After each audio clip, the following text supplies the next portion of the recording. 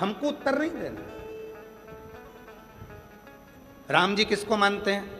कौन से देवता हैं जिसकी पूजन राम जी करते हैं? उत्तर तो जल्दी से। शिव जी। भगवान कृष्ण किसकी पूजन करते हैं? शिव जी की।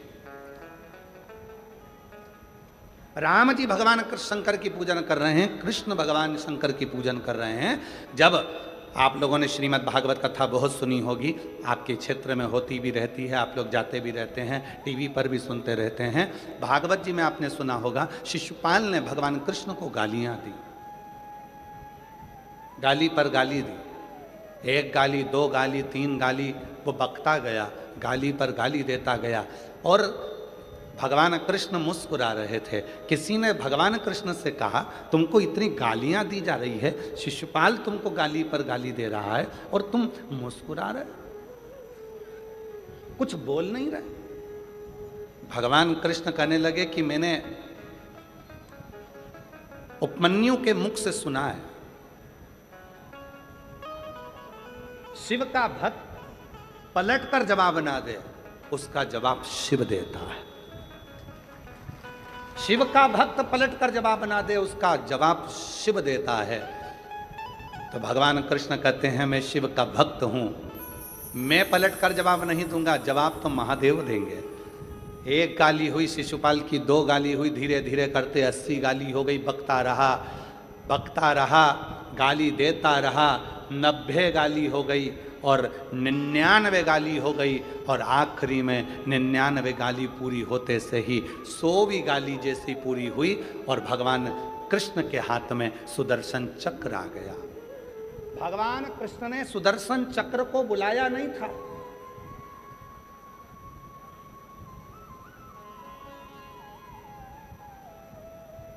इतनी बड़ी सभा लगी है, उस सभा में भगवान सुदर्शन चक्र उठाएंगे क्या मारने के लिए? भगवान कृष्ण ने सुदर्शन चक्र को बुलाया नहीं था, पर भगवान कृष्ण के हाथ में सुदर्शन चक्र आ गया और वो सुदर्शन चक्र छूटा और शिशुपाल का शीश कट गया। सारे लोगों ने कहा कि भगवान कृष्ण ने शिशुपाल का शीश काट दिया, और भगवान कृष्ण के मुख से निकलता रहा, मैंने शीश नहीं काटा, ये सुदर्शन चक्र मेरा है ही नहीं। जब भगवान नारायण ने अपना एक नेत्र भगवान शिव को दिया था, तब भगवान शंकर त्रिनेत्रधारी हो गए थे और भगवान शंकर इतने प्रसन्न हो गए थे कि उन्होंने अपना सुदर्शन चक्र भगवान नारायण को दे दिया था। शिवजी त्रिनेत्रधारी हो गए और भगवान विष्णु सुदर्शन चक्रधारी हो गए। तो भगवान कृष्ण कहते हैं, ये चक्र मैंने नहीं उठाया, ये चक्र तो मेरी उंगली पर अपने आप आ गया, ये चक्र भी मेरा नहीं है और मारने वाला भी मैं नहीं हूं। तो किसी ने पूछा, फिर शिशुपाल को मारा किसने है? तो भगवान कृष्ण कहते हैं कि भगवान शंकर का मैं भक्त हूं और अपने भक्त का अपमान शिव कभी सहता नहीं है, इसलिए उसी ने मार दिया।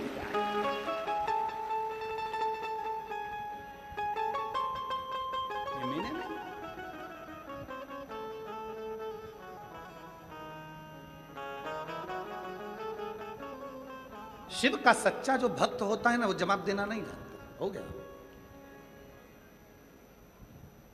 कितनी सुंदर बात कही है। भटिंडा वाले तो सुन ही रहे हैं, साथ में जितने लोग आस्था चैनल पर कथा सुन रहे हैं, जितने फेसबुक यूट्यूब पर कथा सुन रहे हैं, जितने लोग लाइव कथा सुन रहे हैं देश विदेश में बैठकर, शिव पुराण की आज की ये बात अपने भीतर उतार कर रखना। जिस व्यक्ति को उन्नति की सीढ़ी पर चढ़ना है, जिस व्यक्ति को आगे बढ़ना है, जिस व्यक्ति को खूब तरक्की करना है, उसको 3 चीजों का स्मरण रखना है, उसको 3 चीजें अपनी बुद्धि में रखना है। पहला, पीठ पीछे किसी की बुराई मत करो। क्यों? हम जब किसी के पीठ पीछे बुराई करते हैं तो हम कभी भी जिंदगी में उसके आगे नहीं निकल सकते, उसके पीछे ही रहते हैं। पीठ पीछे बुराई मत करो। 3 चीजें बताई गई है। अगर उन्नति की सीढ़ी पर चढ़ना है, आगे बढ़ना है, तो ये 3 चीजें अपने स्मरण में रखना। किसी की पीठ पीछे बुराई मत करो। हम किसी की पीठ पीछे बुराई करते हैं तो उसके पीछे ही रहते हैं, कभी जिंदगी में आगे नहीं बढ़ पाते। दूसरे नंबर पर, जो आपकी निंदा करे, जो आपकी बुराई करे, उसको गले लगाओ, चाय पिलाओ, नाश्ता कराओ, समोसा खिलाओ। मक्खन पराठा खिलाओ। क्यों? क्योंकि वो तुम्हारी बुराई करने वाला को तुम जब गले लगा कर रखोगे, वो बुराई करने वाला जब तुम्हारी बुराई करता रहेगा तो तुम उस बुराई को छाट कर अच्छे बनते चले जाओगे, और एक दिन इतने अच्छे बन जाओगे कि फिर बुराई करने के लिए तुम्हारे लिए कुछ बचेगा ही नहीं, तुम उस सीढ़ी तक पहुंच जाओ। तीसरे नंबर पर कहा, पहले नंबर पर पीठ पीछे बुराई मत करो, दूसरे नंबर पर बुराई करने वाला जो तुम्हारी निंदा कर रहा है, जो तुम्हारी चुगली कर रहा है, तुम्हारे लिए अपशब्द कर रहा है, तुमको गाली दे रहा है, तुमको आड़ा टेढ़ा बोल रहा है, उसको समोसा कचौड़ी जरूर खिलाओ, चाउमीन खिलाओ, नाश्ता खिलाओ, बघार खिलाओ, खूब पिज़्ज़ा खिलाओ, खूब प्रेम से लस्सी पिलाओ, क्योंकि ऐसा बुराई करने वाला, और हम नहीं कह रहे, ये पुराने शास्त्र भी कहते हैं, निंदक न्यारे राखिए आंगन कुटी छवाए, और बिन पानी बिन साबुन सब मेल धुल जाए। अर्थात जो निंदा करने वाला है उससे अपने हृदय से लगा कर रखना, कम से कम वो तुम्हारी निंदा कर कर तुम्हें साफ तो कर रहा है, तुम्हारे पाप को वो झेल तो रहा है। अगर निंदा करने वाला नहीं होगा तो तुम सब बीमार पड़ जाओगे।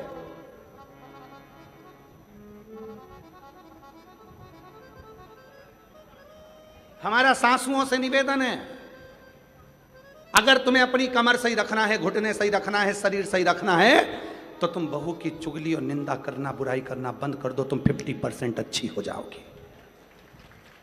और हमारा बहुओं से भी निवेदन है, अगर तुम्हें अच्छा रहना है, कई बहुएं ऐसी हैं 45 की उम्र में, 40 की उम्र में, 35 की उम्र में, और कमर दुख रही है, सिर दुख रहा है, हाथ पैर दुख रही है, कब हर 15 दिन में डॉक्टर, हर 8 दिन में डॉक्टर, ये डॉक्टर बदला, वो डॉक्टर बदला, वो डॉक्टर बदला। कारण क्या है? क्योंकि तुम सास की निंदा करती होगी, और निंदा का मतलब आप सब जानते हो, शिव महापुराण में वर्णन आता है, निंदा की एक कथा आती है, बड़ी सुंदर कथा है, आप सुनिएगा, फिर आप याद करिएगा कि सियोर वाला बाबा गलत तो नहीं बोल दिया। एक कथा आती है, एक संत का झोपड़ा था,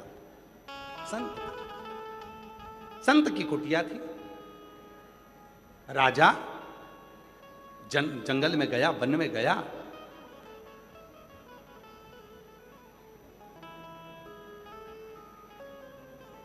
घूम फिर कर अपने घर गया। एक दिन वही संत भ्रमण करते करते राजा के दरवाजे पर गया और राजा से कहा, महाराज कुछ दे दीजिए भिक्षा। राजा गुस्सेल था, क्रोध में था, उसको गुस्सा आ गया,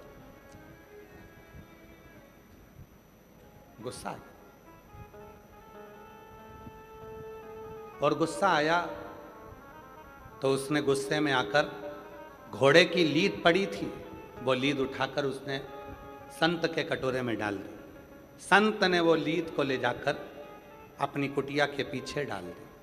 कुटिया के राजा भ्रमण करते हुए जंगल में आया, रात्रि का समय था, भटक गया।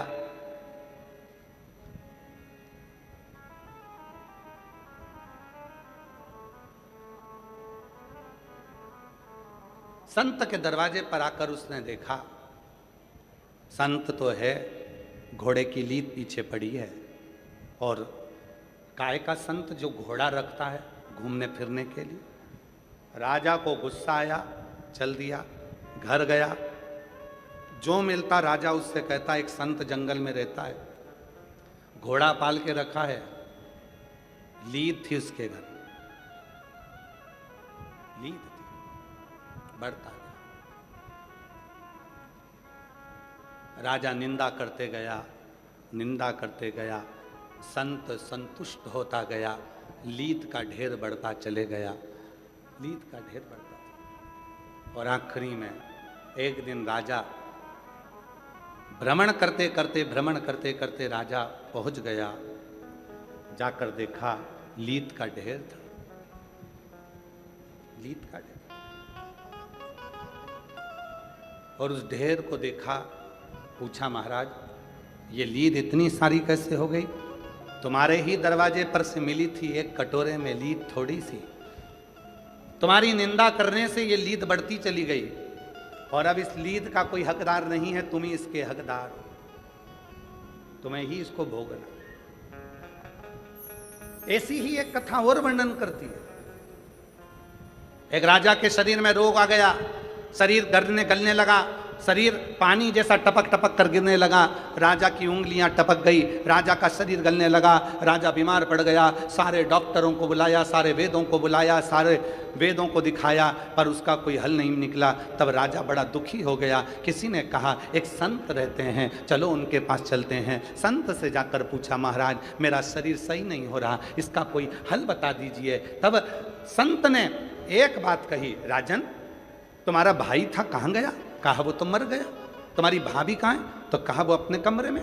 संत ने कहा एक काम करो राजा, भाभी जब अपने कमरे में सोने के लिए चले जाए, चुपचाप से जाना, भाभी के कमरे के बाहर दरी बिछाकर सो जाना, किसी को बोलना मत क्यों सोए हो, बस इतना काम करना प्रारंभ करना।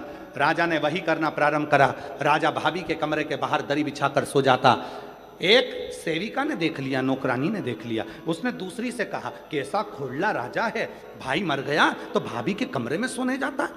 एक ने दूसरे से कहा, दूसरे ने तीसरे से कहा, तीसरे ने चौथे से कहा, चौथे ने पांचवे से कहा।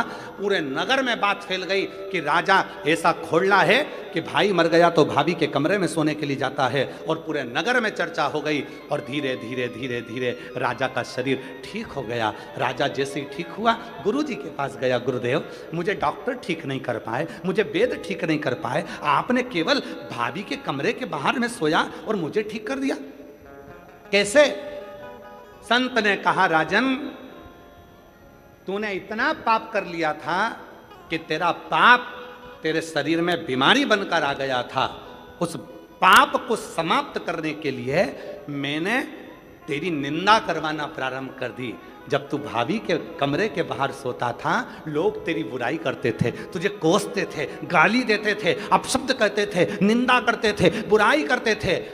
राजन जितने लोगों ने तेरी निंदा करी, तेरा पाप उनके खाते में चले गया और उनका जो पुण्य था वो तेरे खाते में आ गया।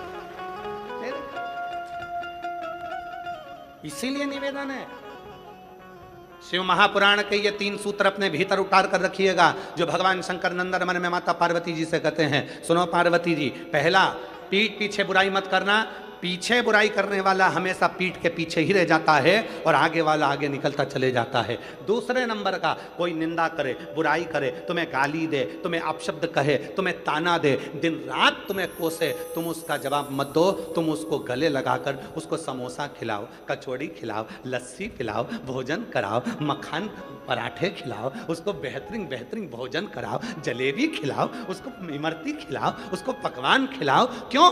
क्योंकि वो अपना खुद का पुण्य बुराई कर कर तुमको दे रहा है और तुम्हारी बुराई कर कर कर तुम्हारे पूरे पाप को वो अपने माथे ले रहा है। वो बीमार पड़ेगा, दुखी होगा, तकलीफ में आएगा, कष्ट में आएगा, पर तुम्हें ठीक कर देगा, तुम्हें ठीक। इसलिए मेरा सासू माताओं से निवेदन, जितनी भी सासें बैठी हैं सबसे निवेदन, स्वस्थ रहना है तो निंदा मत कर। बहू की निंदा करी तो बहू का पाप तुम्हारे माथे पर, और तुमने जितनी माला जपी उसका पूरा पुण्य बहू के पास। इसलिए याद रखना, एकदम शांत। तुम किसी किसी घर में देखना, बहुएं तो दिन भर बीमार रहती हैं और सास एकदम चकाचक डेंटिंग पेंटिंग करके, बेहतरीन लाइन खींच के, डब्बा भर के, और पार्लर में जाके धागे से वो एकदम मस्त रहे, उन्हें कोई बात नहीं। अब कई बहुएं कहती हैं, बताओ मेरी तो कमर दुख रही है, मेरा पाँव दुख रहा है, मेरा हाथ दुख रहा है, मेरा ये दुख रहा है, मेरा वो दुख रहा है, और बहुएं कह रही हैं मेरा शरीर ये दुख रहा है। और सास, क्यों मम्मी 15 लोग आ रहे हैं तो क्या हुआ, मैं हूं ना, खाना बना लूंगी, तू तो रहने दे, तू तू तू जा, तेरा बच्चे संभाल तू तो। और बुढ़िया माँ ने खाना माना बना के तैयार, और बहू क्यों? क्योंकि बहू इतनी सास की बुराई करती है, सास की बुराई करते करते बहू सास की सारी बीमारी को खुद ले लेती है और अपना जितना पुण्य है वो सास को दे देती है। इसलिए याद रखना, ये ट्रांसफर बहुत ध्यान देने वाला है, बहुत ध्यान। कई लोग हमसे कहते हैं बाबा जी आपकी इतनी बुराई करते हैं लोग बाग, हमने सोशल मीडिया पर देखा आपको गाली देते रहते हैं, कोई कहता है ऐसा कोई कहता है वैसा। हम उनसे एक ही बात कहते हैं, उनको कहने दो, हो सकता है हमारे कमर में कभी दर्द आएगा, हाथ पैर में दर्द आएगा, तो हमारा पूरा जितना भी दर्द है, दुख है, तकलीफ है, वो सब बुराई करने वाले ले लेंगे। और उन्होंने जिंदगी में कभी भूखे को भोजन, प्यासे को पानी पिलाया होगा, उसका पुण्य हमारे खाते में आता चले जाएगा। तुम कहने दो, आग लगे बस्ती में, जम के बोलो, आग लगे बस्ती में, क्या किसको रोइए, एकदम मस्त। जितना जितना लोग बुराई करें तुम उतनी जोरदार खजूर वाली चोटी बना के जाओ, उतनी जोर बेहतर खजूर वाली चोटी।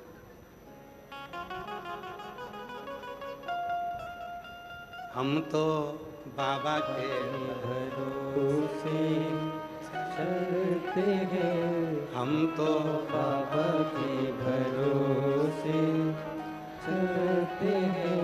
ये दुनिया वाले जलते हैं, ये दुनिया वाले जलते हैं, डमरू वाले के भरोसे चलते हैं, काशी वाले के भरोसे चलते हैं, सीहोर वाले के भरोसे चलते हैं, सीहोर वाले के भरोसे चलते हैं।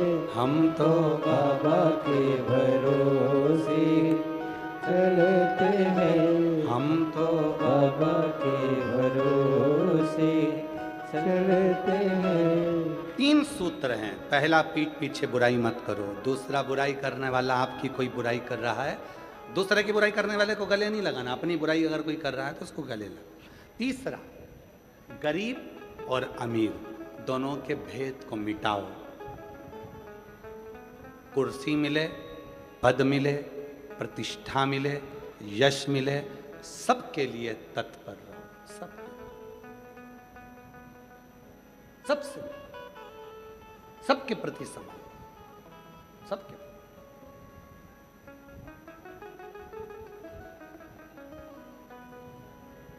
समर्पण इसी को कहते हैं।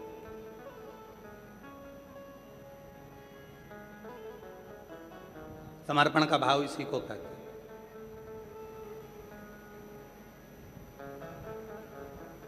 और जिसमें समर्पण का भाव होता है वही जीवन में सार्थक होता है। कुर्सी मिले, पद मिले, प्रतिष्ठा मिले, पर आपका समर्पण सबके प्रति, गरीब है, अमीर है, सबके प्रति। अभी हम कल की बात, हम परसों की बात है, परसों हम पदमजीत सिंह जी से जब वो घर हम पहुँचे तो पदमजीत सिंह जी हमको नीचे मिले, तो हमने कहा कि आप अभी आ गए हैं कथा में से? हाँ। अब शाम को सबसे मिलने के लिए, किसी को कोई कष्ट तो नहीं है, किसी को कोई परेशानी तो नहीं है, सबके पास जाए। हमने कहा पापा भी तो जाते हैं अमरजीत सिंह जी? कहने लगे वो भी जाते हैं, हम भी जाते हैं। हमको इतनी खुशी हुई, आज के समय के ये नवयुवक बेटे और बेटे के साथ में आपके भटिंडा क्षेत्र के मेयर, अगर उनका भाव इतना शुद्ध है तो हमें लगता है कि पूरे भटिंडा का भाव कितना शुद्ध होगा। ऐसी शुद्धता का भाव होना चाहिए। हमें जाना है, सबसे मिलना है, किसी को कोई कष्ट तो नहीं है। उनके मुख से सबसे पहले मैं पदम जी आपको साधुवाद देता हूँ इस चीज़ के लिए, बहुत बहुत साधुता। आपके भीतर कम से कम हम सबसे मिलेंगे, सबसे, किसी को कोई कष्ट तो नहीं। स्नेह इसी को कहते हैं। पद मिले, कुर्सी मिले, प्रतिष्ठा मिले, यश मिले, वैभव मिले, उसके साथ आपके भीतर समता का भाव हो कि ये सब मेरे हैं, सब। हम तो बाबा के भरोसे चलते हैं हम तो बाबा के भरोसे। समता का भाव, और जब समता का भाव होता है, शिव जी कहते हैं पार्वती से, हे पार्वती, संसार सागर में उन्नति की सीढ़ी पर चढ़ने के लिए सबसे पहली चीज है आप किसी के पीठ पीछे बुराई ना करें, दूसरा आपकी निंदा कोई करता है उससे प्रेम करो, और तीसरा सब में समता का भाव रखो। फिर दुनिया में कोई ताकत नहीं है जो तुम्हें आगे बढ़ने से रोक दे। आप उन्नति की सीढ़ी पर चढ़कर ही रहोगे, आप आगे बढ़कर ही रहोगे। प्रथमता में आप प्रथम, कोई दूसरा नहीं करता, कोई दूसरा। बन सके हम अगर शंकर की आराधना, साधना, उपासना नहीं कर सकते तो शिव की निंदा भी ना सुनो।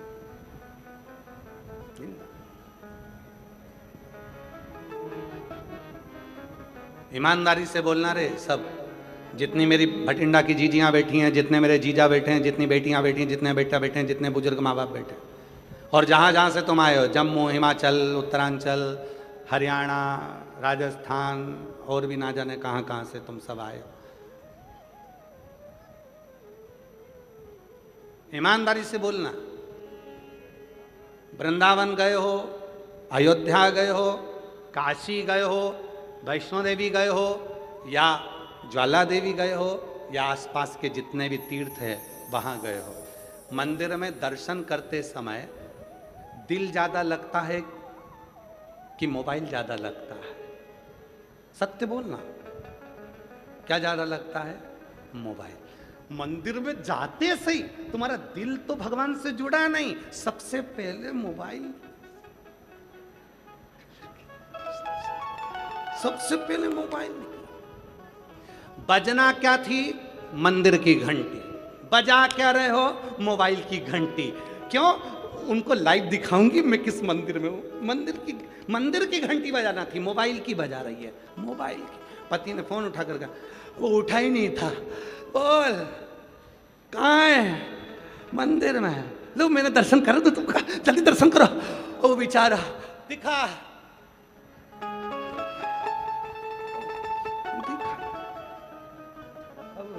उसका दिल ही नहीं है, और तू जबरदस्ती उसको उठा के देखो देखो भगवान कितने सुंदर लग रहे ना, हाँ अच्छा लग रहा है। अभी मैं दूसरे मंदिर में जाऊंगी, जब वो भी दर्शन कराऊंगी, पति बोला मैं नहाने जा रहा हूं, तेरे हाथ जोड़ रहा हूं, तू चुपचाप बैठ जा।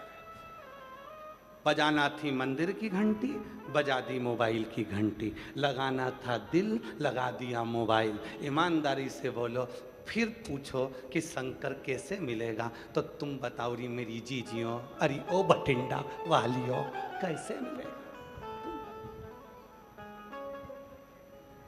ना जी भर के देखा, ना कोई बात की, बड़ी आरज़ू थी मुलाकात की।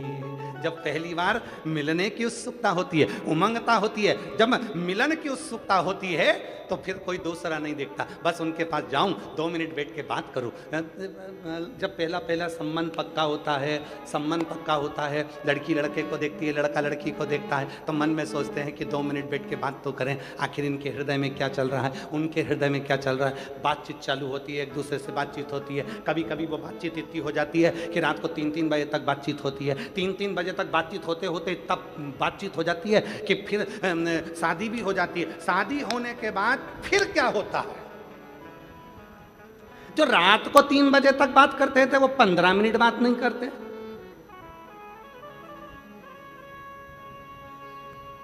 क्यों? मोबाइल लगाया, दिल नहीं लगा पाया। दिल लगा लेता और मोबाइल नहीं भी लगाता तो वो अजर और अमर चलता रहता, जीवन भर चलता रहता। वो दिल नहीं लगा।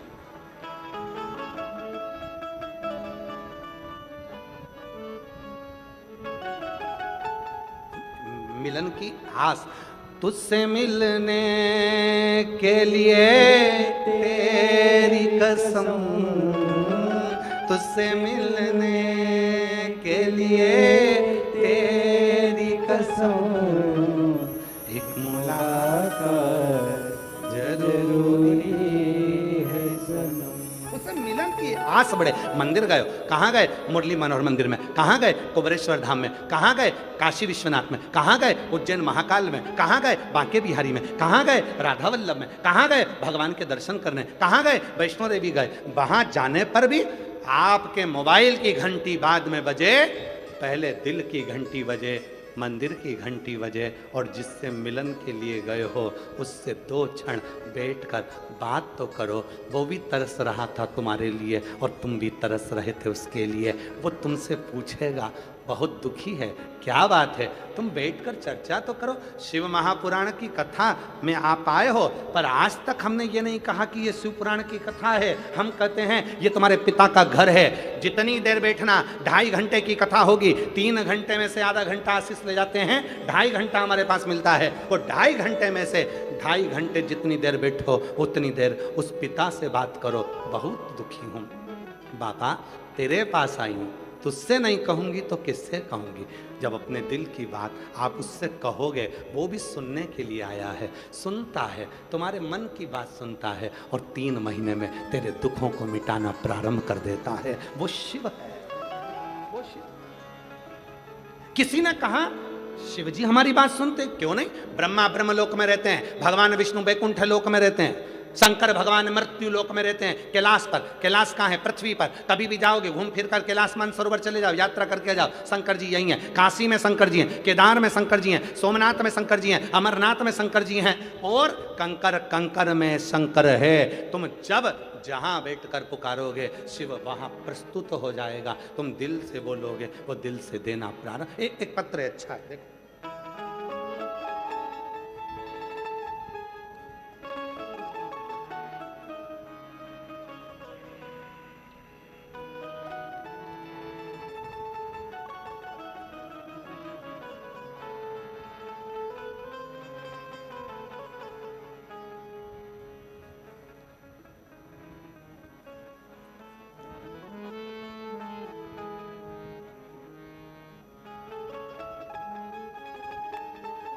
मैं भतेरी देवी भगत राम भट्टी, बासी सिरसा, हरियाणा की निवासी हूँ।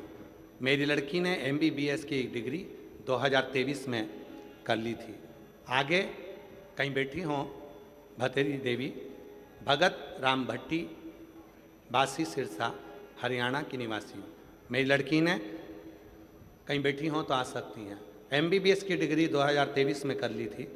आगे 2 साल से MD के लिए तैयारी कर रही थी, लेकिन हर बार रह जाती थी। मैंने 2 कथा सिरसा में सुनी, तीसरी बार मैं भटिंडा की कथा में सुनने के लिए आई। भटिंडा की कथा सुनकर मैं यहाँ से गई, अपनी बेटी से कहा तो हिम्मत मत हारना।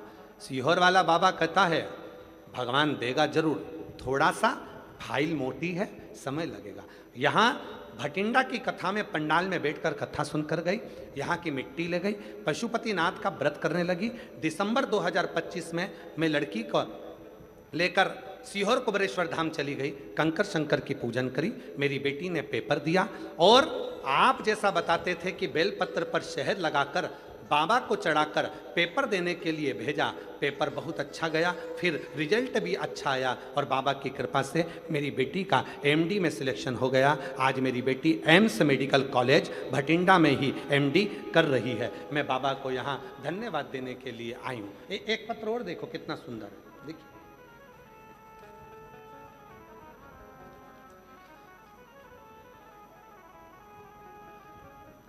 नाम मेरा रजनी है, स्थान अबोहर पंजाब, जिला फाजिलका से आई हूँ। कहीं बैठी हों तो हाथ हिला सकती हैं, और अगर बैठी हों तो आ सकती हैं। जिला फाजिलका, रजनी मेरा नाम है, अबोहर पंजाब की रहने वाली हूँ। गुरुदेव, बाबा की कृपा का क्या बखान करूँ गुरुजी। मैं आपसे 2022 से जुड़ी हूँ। मैं पहली बार रुद्राक्ष महोत्सव में आई थी गुरुजी। मेरे चेस्ट में गठान थी, मेरी छाती में गठान हो गई थी। डॉक्टर तो न जाने क्या क्या गठान को बता रहे थे, पर मेरा विश्वास आप पर था। मैं आखिरी में जब डॉक्टर ने बहुत कुछ बता दिया तो मैं हिम्मत हार गई और मैं सीहोर आ गई। कुबेरेश्वर धाम पर आई, मैंने वहाँ पर कावड़ भरी, कावड़ का जल शिवजी पर चढ़ाया। आपके साथ जाकर कावड़ का जल लेकर आ गई, उस जल को पीती और अपने चेस्ट पर लगाती। वहीं से कावड़ यात्रा कर 2-3 दिन रुककर वहां से मैं रुद्राक्ष लेकर आ गई। और बाबा का मैं क्या वर्णन करूं। गुरुजी रुद्राक्ष के जल को शिवजी पर चढ़ाकर उस जल को रोज पीती और लोटे में गलाकर सुबह शिवजी को चढ़ाकर उस जल का आचमन करती और गांठ पर लगाती। धीरे धीरे करके मेरी गठान पूरी की पूरी गल गई और जो डॉक्टर बड़ी बीमारी बता रहे थे सारी रिपोर्ट नील आ गई। आज मैं बाबा को धन्यवाद देने के लिए यहाँ आई हूँ। मेरा नाम रजनी है, मैं अबोहर पंजाब फाजिल्का जिला से आई हूँ। शिव तत्व किसको कहते हैं? अगर कहीं बैठी हो तो आस शिव की प्रीति किसको कहते हैं?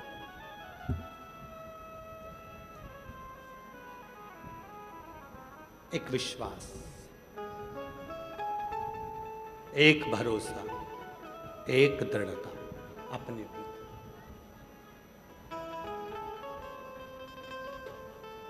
एक भरोसा।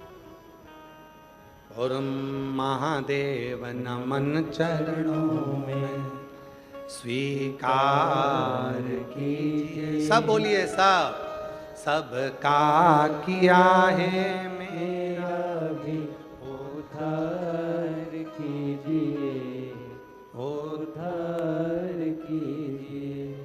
है त्रिपुंडधारी, है त्रिशूलधारी, चरणों में तेरे बाबा जी पावन है चारों धाम। चरणों में तेरे बाबा जी पावन है चारों धाम। तेरी देव करते वंदना पूजे है सीताराम। तेरी देव करते वंदना पूजे है सीताराम। हो जाए पूरी कामना, हो जाए पूरी कामना। उपकार कीजिए, सबका किया है मेरा भी उद्धार कीजिए, उद्धार कीजिए। है त्रिपुंडधारी, है त्रिशूलधारी, है त्रिपुंडधारी, है त्रिशूलधारी। उसे नमनता भाव की। थोड़ा दिल लगाओ शिव से, थोड़ा दिल। कुबेरेश्वर धाम आना तो दिल लेकर आना।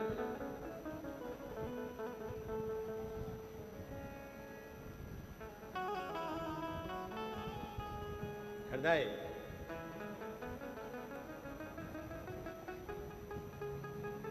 सबसे पहली कावड़ किसने चढ़ाई थी?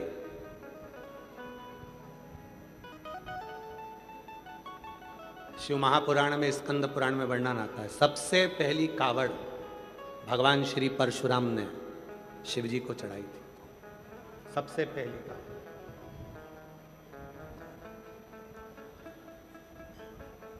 जब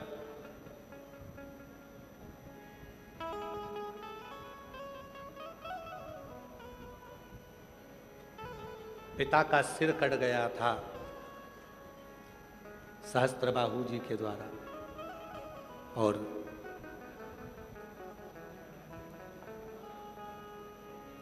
मन की कामना को जब पूर्ण करना था, सहस्त्रबाहु के भी जब हर लिया था, प्राण छूट गए। तब भगवान श्री परशुराम जी ने स्मरण किया कि पिता भी जीवित हों और कोई दोष ना लगे और जीवन की सारी उलझनें समाप्त हो, उसके लिए क्या करा। कहा, पवित्र नदी का जल जब कंधे पर लेकर परशुराम जी तुम जाओगे और शंकर के शिवलिंग पर जब जल चढ़ाओगे, चढ़ाते से ही तुम्हारी जिंदगी के जितने दोष हैं, जितनी तकलीफें हैं, जितने कष्ट हैं, वो सब शिव के पास चले जाएंगे और तुम्हारे दोष मिटकर पिता पुनः जीवित हो जाएंगे। परशुराम भगवान ने सबसे पहली कावड़ चढ़ाई थी। वचन दिया भगवान शंकर ने परशुराम जी को, हे परशुराम जी, कलिकाल संसार में, कलयुग में संसार के लोग जहां तहां भटक रहे होंगे, किसी पवित्र नदी के जल को श्रावण के महीने में जब कोई कंधे पर लेकर मेरे मंदिर तक आएगा, शिवालय तक आकर जल समर्पित करेगा, भारत की भूमि पर जो 400 नदियां हैं, सारी नदियों का पवित्र भाव उस जल में आ जाएगा और जल चढ़ाते से उसके सारे दोष समाप्त होकर उसका जीवन सुखमय हो जाएगा। इसलिए कावड़ की महत्वता श्रावण महीने में रहती है। श्रावण के कावड़ की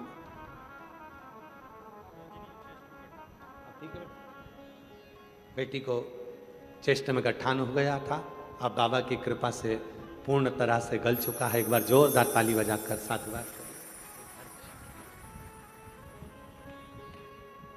बेटी ने हिम्मत नहीं हारी, डॉक्टरों ने तो बहुत कुछ बताया, पहुंच गई सीहोर बाबा की कावड़ भरने के लिए, और कावड़ यात्रा में पहुंचकर कावड़ का जल चढ़ाकर 11 किलोमीटर की यात्रा कर कर जल चढ़ाकर बाबा का वो जल लेकर अपने चेष्ट पर लगा दे। रुद्राक्ष ली आई, गलाकर शिव को चढ़ाया। शिव पर भरोसा। प्रथम कावड़ भगवान श्री परशुराम जी ने भरी थी, प्रथम कावड़, उसका फल। कई लोग कहते हैं गुरुजी कुबेरेश्वर धाम की कावड़ की इतनी महत्वता क्यों है? हम कहते हैं कुबेरेश्वर धाम 12 ज्योतिर्लिंग के मध्य में, पूरे 12 ज्योतिर्लिंग के बीच सेंटर में कुबेरेश्वर धाम है। आप खड़े होकर मैप पर, कुबेरेश्वर धाम में खड़े होकर मैप पर चाहे काशी को देखो, चाहे आप केदार को देखो, सोमनाथ को देखो, मल्लिकार्जुन को देखो, रामेश्वरम को देखो, सबका केंद्र बिंदु कुबेरेश्वर धाम मिलेगा। कुबेरेश्वर धाम की कावड़ का इसलिए महत्व होता है, वहाँ सावन के महीने में 1 महीने तक लोग जल भरते हैं, सीवन माँ का कुबेरेश्वर बाबा पर समर्पित करते हैं। उसका महत्व इसलिए होता है कि कुबेरेश्वर धाम की कावड़ में जब कुबेरेश्वर धाम पर जल चढ़ता है तो 12 ज्योतिर्लिंग में जल चढ़ने के बराबर उसके पुण्य की प्राप्ति होना प्रारंभ हो जाती है। कुबेरेश्वर धाम की कावड़ का। और महादेव नमन चरणों में स्वीकार कीजिए, सबका किया है मेरा भी उद्धार कीजिए, उद्धार। बाबा जी का कहना है कि हमने दोनों का पत्र लिखा, आपने बेटी का पढ़ा, बेटे का नहीं पढ़ा।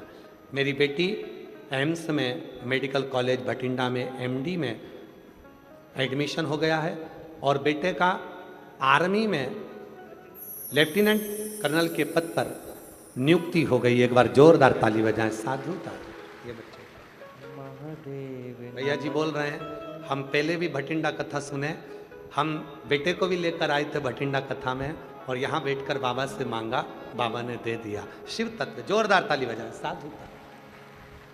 सबका किया है मेरा भी उद्धार कीजिए, उद्धार कीजिए, है त्रिपुंडधारी है त्रिशूलधारी। शिव के प्रति तुम्हारा भाव समर्पित,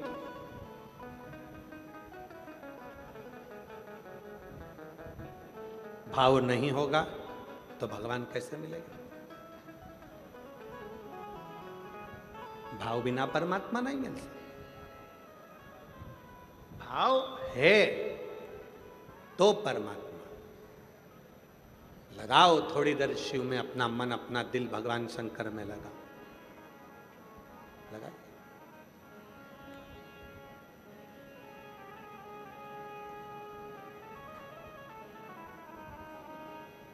जितनी देर शिव के मंदिर में मत्था टेकने के लिए जाओ, गुरुद्वारे में मत्था टेकने के लिए जाओ,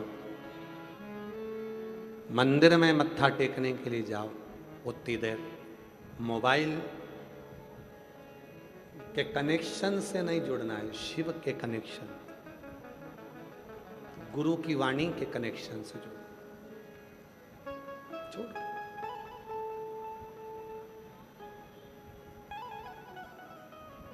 भरा, ढेर सारा भरा, फिर वो चला ही नहीं, तो मतलब क्या?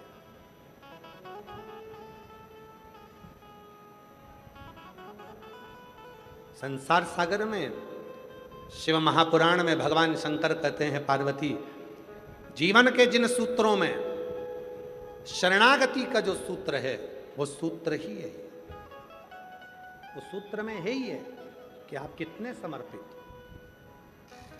कितना समर्पित। कई लोग ऐसे होते हैं उनका समर्पण ही नहीं होता। जैसे 3 दोस्त पिकनिक करने गए और 3 दोस्त जब पिकनिक करने गए, पार्टी करने के लिए गए, समोसा लिया, कचौड़ी ली, कोल्ड ड्रिंक ली, पानी की बोतल ली, लेकर चल दिए, जंगल में पहुंच गए। जंगल में पहुंचकर तीनों ने घूमा फिरा, नहाया और बैठे खाने के लिए, तो देखा कि कोल्ड ड्रिंक की बोतल और पानी की बोतल दोनों घर छूट गई। कोल्ड ड्रिंक की बोतल भी घर रह गई और पानी की बोतल भी घर रह गई।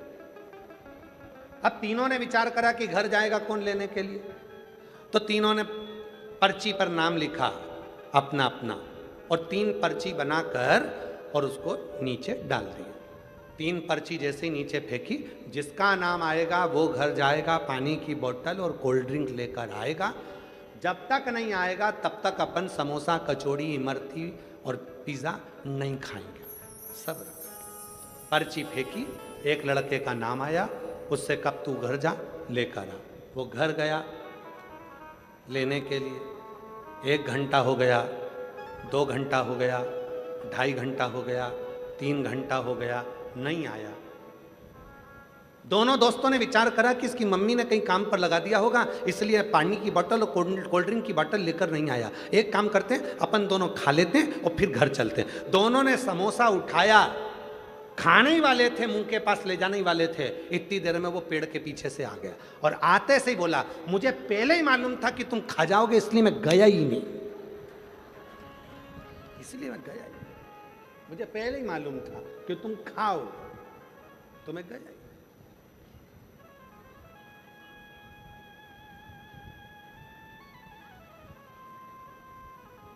ऐसे कई लोग हैं संसार में जो ये इंतजार में बैठे रहते हैं कि वो गई थी, उसने शिव जी को जल चढ़ाया, उसका काम हुआ कि नहीं हुआ। उसने कहा, अरे भैया किसी की फाइल मोटी होती है, किसी की फाइल पतली होती है, सबके मन का भाव होता है। कई बार ऐसा होता है जो दूसरे को बताता है वही मंजिल तक नहीं पहुंच पाता है और चलने वाला मंजिल तक पहुंच जाता है। कई बार ऐसा, आप विश्वास कर कर उसके करीब तो जाओ। एक पत्र अच्छा है, देखिए।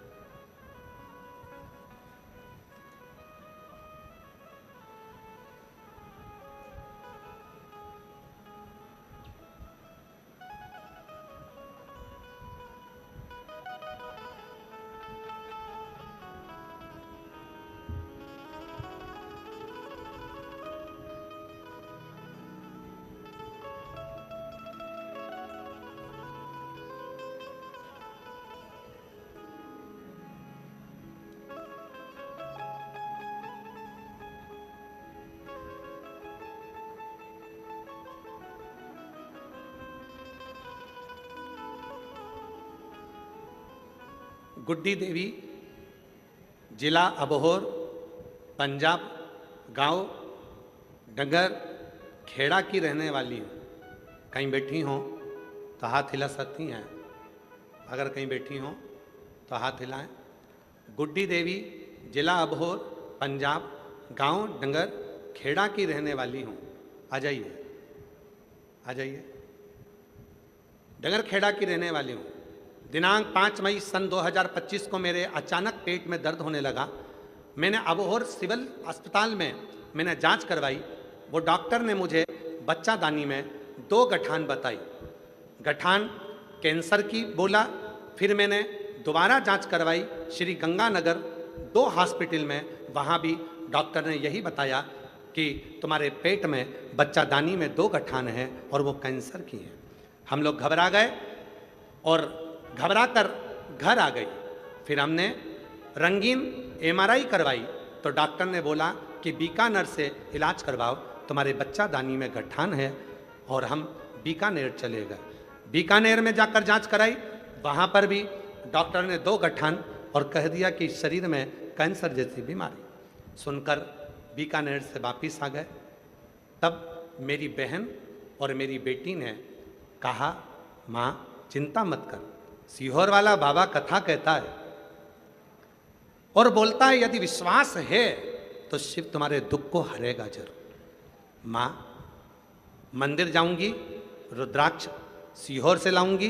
सीहोर गई, रुद्राक्ष लाई, तांबे के कलश में गलाकर सीहोर के रुद्राक्ष को शिव पर जल चढ़ाने लगी। पानी लेकर आना और पानी लाकर स्टार्ट किया और मैंने भोले बाबा पर विश्वास कर 2-3 दिन पानी पिया। और फिर हम भटिंडा में प्राइवेट पंजाब कैंसर हॉस्पिटल में जांच करवाने के लिए पहुंच गए। जब हमने सुना था कि सीहोर वाला बाबा कहता है कि सीहोर का रुद्राक्ष अगर विश्वास के साथ में जल पियोगे तो सुख मिलेगा। कथा हमने टीवी पर सुनी, कथा सुनकर उठती थी टीवी पर कथा सुनकर, तो टीवी के सामने ही हाथ फेर कर मैं अपने पेट पर लगा लेती थी। जब हम पंजाब के कैंसर हॉस्पिटल में, भटिंडा के ही कैंसर हॉस्पिटल में जब दिखाए, पंजाब कैंसर हॉस्पिटल में, तब वहाँ की जो रिपोर्ट आई, जांच करवाई और मैं श्री शिवाय नमस्तुभ्यम का जाप करती रही। गुरुजी, डॉक्टर ने मुझे यह बोला कि आपकी रिपोर्ट बिल्कुल नील है, आपको घबराने की जरूरत नहीं है, आपके शरीर में कुछ भी नहीं है। बाबा, आज मैं बाबा को धन्यवाद देती हूँ गुरुदेव। गुरुजी, इतना विश्वास, पहले मेरे बेटे को भी विश्वास नहीं था आप पर, मेरे घर के किसी व्यक्ति को भरोसा नहीं था, मेरे भाई को भी नहीं था। आज मेरा भैया, मेरा बेटा सब आप पर पूर्ण भरोसा करते हैं कि हमारी रिपोर्ट पूरी की पूरी नील कैसे हो सकती है। जो बीकानेर तक हम दिखा कर आ गए। बाबा बाबा है, शिव पूर्ण करता है। गुरुजी, एक लाइन, हम तो बाबा के भरोसे चलते हैं, हम तो बाबा के भरोसे चलते हैं। ये दुनिया वाले जलते हैं, ये दुनिया वाले जलते हैं, हम तो बाबा के भरोसे चलते हैं, हम तो बाबा के भरोसे चलते हैं। विश्वास है तो शिव है।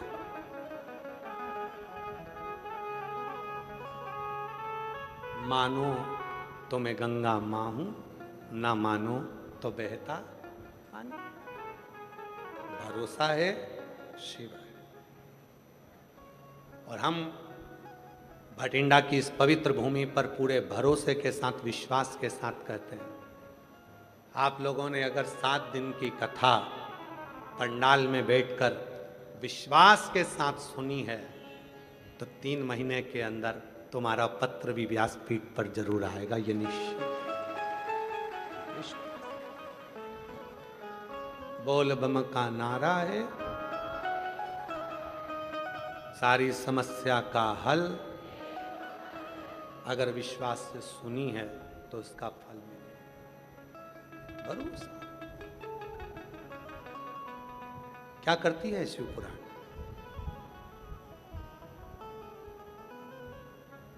शिव भक्ति का एक बीज बोती है। शिव भक्ति का बीज बोकर शिव पुराण चली जाती है और आप श्री शिवाय नमस्तुभ्यम जपना प्रारंभ कर देते हो, 1 लोटा जल चढ़ाना प्रारंभ कर देते हो और धीरे धीरे धीरे धीरे वो जल जब शिव भक्ति के बीज पर पड़ने लगता है तो वो पौधा अंकुरित हो जाता है विश्वास का, और फिर तुम्हारा दुख मिटना प्रारंभ हो जाता है। पूर्ण पूर्ण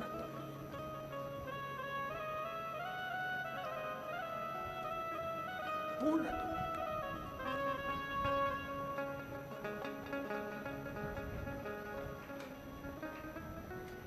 कब से खड़े हैं।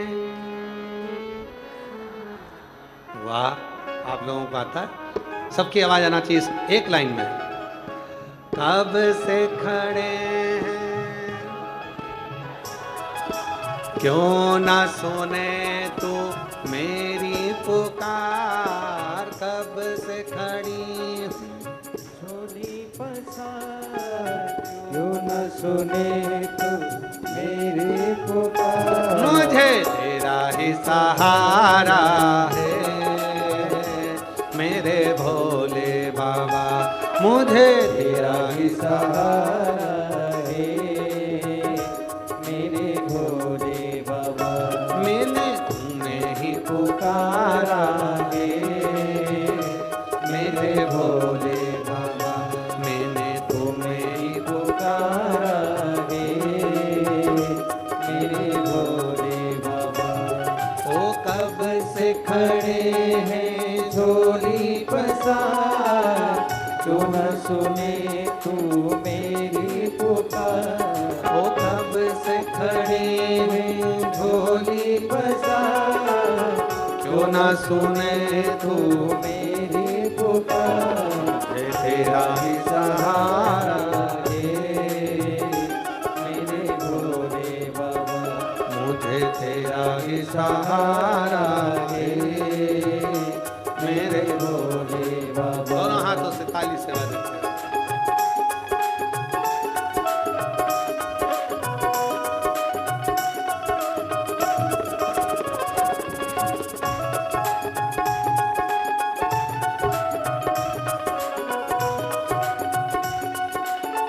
शंभु शंभु शंभु शंभु।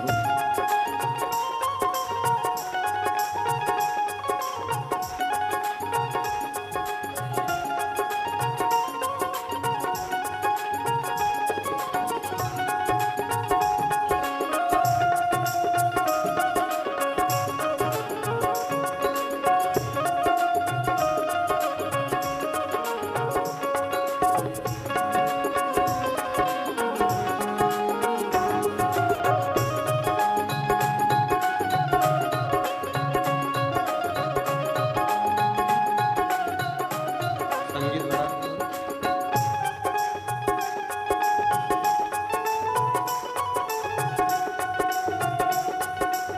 तेरी आवाज़।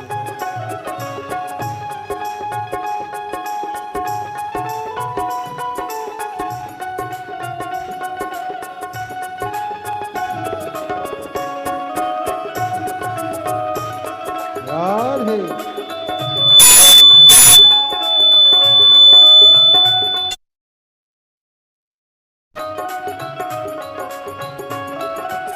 देख लो लगी है आज मंदिर में ये भीड़ सारी। देख लो लगी है आज मंदिर में ये भीड़ भारी। दर्शनों के खातिर आए हैं लाख नर और नारी। दर्शनों के खातिर आए हैं लाखों नर और नारी। आ जाए मुरारी, आ जाए मुरारी। इन्होंने पुकारे मेरे भोले बाबा, इन्होंने पुकारा मेरे भोले बाबा। कब से खड़े हैं झोली पसार, क्यों न सुने तू मेरी पुकार। कब से खड़े हैं झोली पसार, क्यों न सुने तू मेरी पुकार। तेरा ही सहारा है मेरे भोले बाबा, तेरा ही सहारा है मेरे भोले बाबा।